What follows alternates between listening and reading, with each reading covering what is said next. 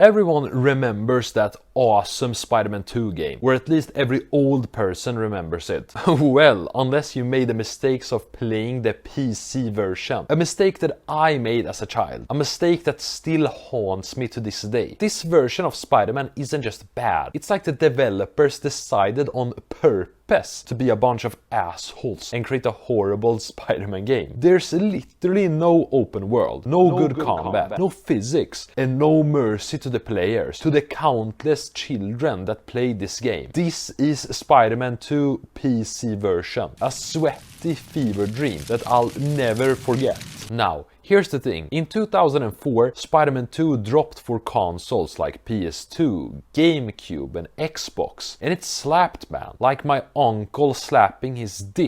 It had open world swinging, realistic physics, side missions, random crimes, basically everything a Spider-Man fan could ask for. Of course the graphics have not aged properly, man, but hey, this was 2004. What did you expect, man? But anyway, if you were a poor soul with only a computer at home, you got this right here, a completely different game, built by a team called Fizz Factors. Instead of free roaming in New York City, you get a series of floating hallways and boxes or circles where Spider-Man swings through. It's like he's attached to invisible clouds when he's swinging around. I mean, look at this. You're just trapped inside this box right here. Looking at the story, I mean, it tries to follow the movie starring beautiful Tobey Maguire, but it's like watching an illegal DVD version where everyone is slightly off model and just emotionally unavailable. The intro cutscene is so low resolution that it looks like it was rendered on a microwave. Then beautiful Bruce Campbell shows up for the tutorial. Yes, the man from the movies. Beautiful Bruce Campbell. But anyway, you start off by stopping a random, I don't know, rapist or something, and immediately you get a sense of what this game is about. Punching lifeless enemies while floating 5 feet off the ground. The first boss battle is quickly here around the corner. We have Rhino Man, who you don't actually fight because his armor is like too significant. So you just trick him into headbutting random objects. The fight then continues at some gas station, I believe. There's some like technology in the mix right here. And then we have an explosion and everything just goes dark and weird, and we get this cutscene right here. Doc Ock just appears and kidnaps Rhino, kidnapping him to his sex dungeon, I believe. This Rhino fight reminded me about the Rhino fight in the other game. There was like some strange explosion in that fight. Like, was he fighting with a nuclear bomb, or what the fuck was going on, man? After the Rhino part, things go off the rails really fast. You're suddenly fighting Puma, who looks like a dollar store werewolf. Why Puma, man? I don't know, they wanted a Native American guy in the mix. He's just jumping around the map. It's like he drank 12 super cheap energy drinks that have been banned in the country, and then you just awkwardly punch him until he just gives up. I mean, just look at the different cutscenes right here.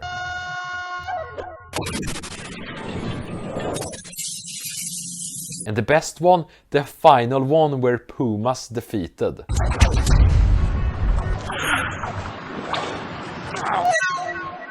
Eventually, you find yourself in the bank, with Dr. Octopus causing chaos. And by chaos, I mean that he stands on a table and yells super awkwardly while you platform across different geometry to save the hostages. Speaking of that bank scene, I just remember Peter abandoning his aunt in that movie. Fucking hell, man. She must have thought that this guy is the biggest asshole on the planet. Abandoning the woman that raised him. After the bank part, we're in Oscorp Tower, I believe. And look who's shown up right here. It's Rhino, dude. Rhino with some strange looking eyes. And the best part, we're gonna freeze him to death and just destroy him in this room right here. It's like living in Sweden, meaning that it's like super cold and your balls and dick shrinks because of the cold. Not because you have a small dick, of course.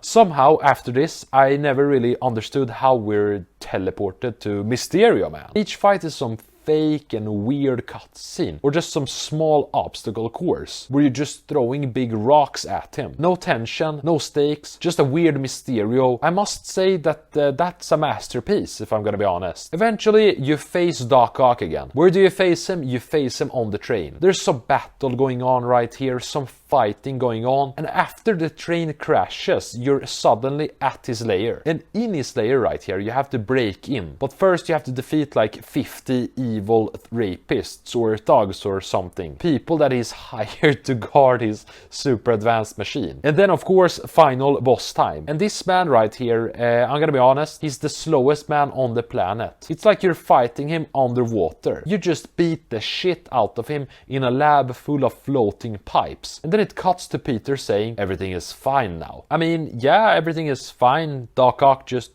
died and almost destroyed the whole city. But it's fine now. Yeah. In summary, the story is just absolutely brilliant, man. I would say that this story is on the same level as Witcher 3, or Batman Arkham Knight, or of course Assassin's Creed Odyssey. Like, we're talking about some of the best games of all time. So you understand the tier that this Spider-Man 2 PC game is in right now. Let's talk about the combat. Every punch in this game feels like Spider-Man's trying to slap a fly with some oven mitts. Okay, maybe it's an over-exaggeration for my part, but when punching people, there's like no feedback, no animations that look connected. You just hear weird sounds and enemies are getting ragdolled. But what I really like is this white stuff you get on your knuckles when you're fighting people. I think it's like a power-up or something that makes your punches so much harder. When I activate this white knuckle mode right here and just defeat the boss in like 3 hits, my dick is like getting super hard. Oh man, we've gotten to the best part ever, the web swinging. This isn't Spider-Man flying majestically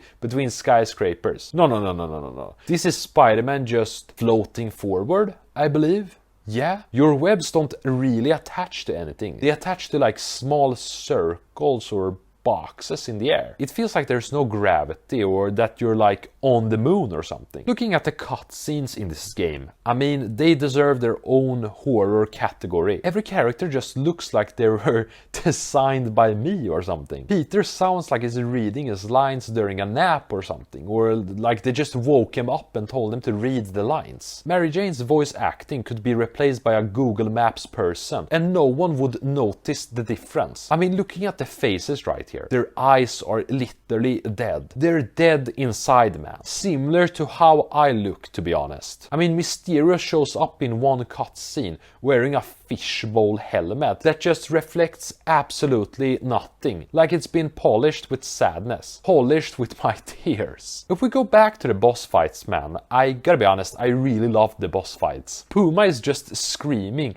and backflipping through New York, throwing cars at your face and just hitting some random civilians. Rhino is charging at you with his red eyes, like he's never been in a building before. Mysterio shows up and then just explodes into sparkles because, magic trick, And Doc Ock, the final boss, best boss fight of your life, you just punch him in slow-mo, dodge some random attacks, and then you win the game, and you feel like an absolute champion. So, how do we wrap this game up, man? We should probably wrap it up by throwing it out of the window. This is not like an okay budget game. It's an intentional accident. A glitch in the timeline. Someone tricked my father into buying this game for me. But still, man, I gotta be honest, I love this game because, I really love Spider-Man.